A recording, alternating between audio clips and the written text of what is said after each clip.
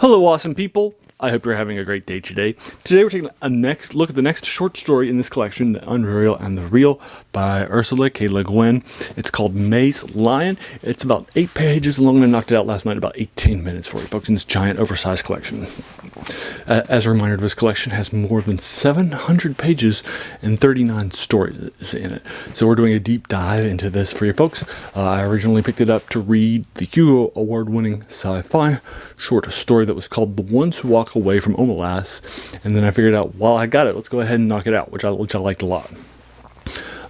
So now this short story is not in the fantasy or science fiction genres that she's well known for. She's won like 8 Hugo Awards. She's heavily influential and stuff like this.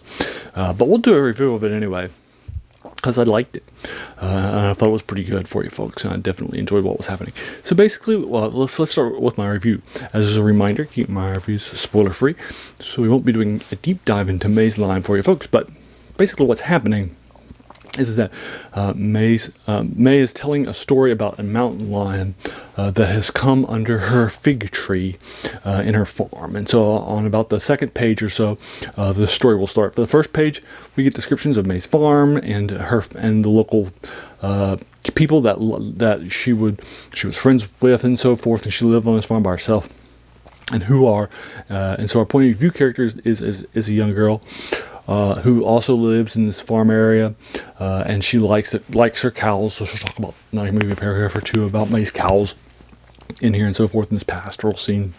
And then May begins her story about the mountain lion that was underneath the fig tree that was in her area for our folks. So it's arrived. It seems really acting really strangely. Nobody has seen a mountain lion in the farming valley for more than a decade. And nobody thought that anybody was still living here. So it's an unusual sight, and that is the incident for this short story. Again, it's about 8 pages long to be and so I knocked it out last night in about 18 minutes, because this is oversized.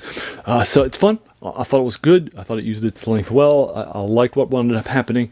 My only major issue with this is that basically what happens is that we're told the story from May's perspective for the first 4 or 5 pages, and then we're told that story, a made-up story that uses some of the same elements from the point of view character as the fictional story. So basically, we get the same story twice, which is really weird. And I'm not sure why Ursula did that. So I thought that was pretty weird. But other than that, I thought it was fine, and I enjoyed it. But it's not the best shorter short story. But I thought it was fun.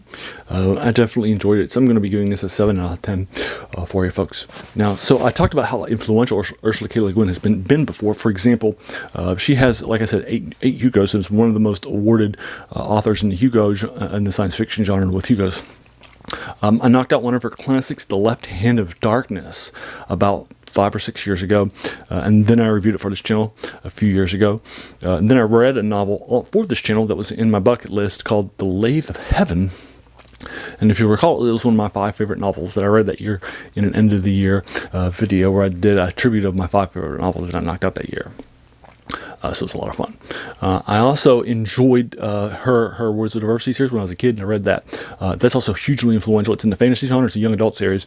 It's a 6-book series, and it creates the genre of the young kid at a wizarding school, and what the wizarding school looks like. That Harry Potter would sort of codify. It creates the genre, and then Harry Potter would sort of codify it from J.K. Rowling.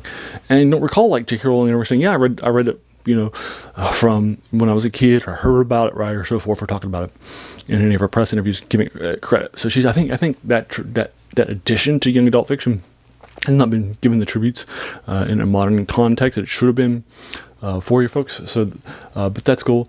So as a reminder, the channel's name is The Worst Thing About New Books, which is a quote from a French philosopher named Jacques Joubert, who said that the worst thing about new books was that they kept us from reading the old ones. And so somebody who wrote these things decades ago and is hugely influential in two genres that I cover, we're obviously doing a deep dive into this for you folks.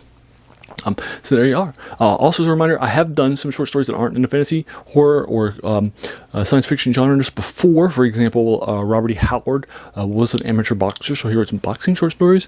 I knocked out a few of those. He actually has more boxing short stories than he does Conan short stories, even though that's what he's well known for today. And he was hugely influential in fantasy. He also wrote a bunch of horror stuff too, enough for it to be an entire genre. He also wrote some stuff in the Cthulhu mythos. And then we have, and so if I were to do, Stephen King's a big name in horror, right? But he's done some novels that are not in the horror genre. And I don't think anybody would push back and say, well, why are you doing those if I did those for this channel, right? So we've done those in a few things here and there, and so we're doing this for this one too. So there you are. That is Maze Lion. So what did you think about it? Did you agree or disagree with my 7 out of 10? If so, let's talk about it in the comments below, or if you want to talk about it in the spoilers or the ending, or your view as to why this story is told twice. I'm sure that you're probably coming up with a better idea than mine. Let's talk about it in the comments below. If you like this, why not hit that subscribe button, because there's going to be a lot more of these to follow. And then finally, I just want to thank you so much taking some time out of your day and investing it and watching my video, because we all have so many things that are happening in our lives and we're pulled in so many different directions. So the fact that you spent this time with me is incredibly humbling. So I appreciate it again. Thanks.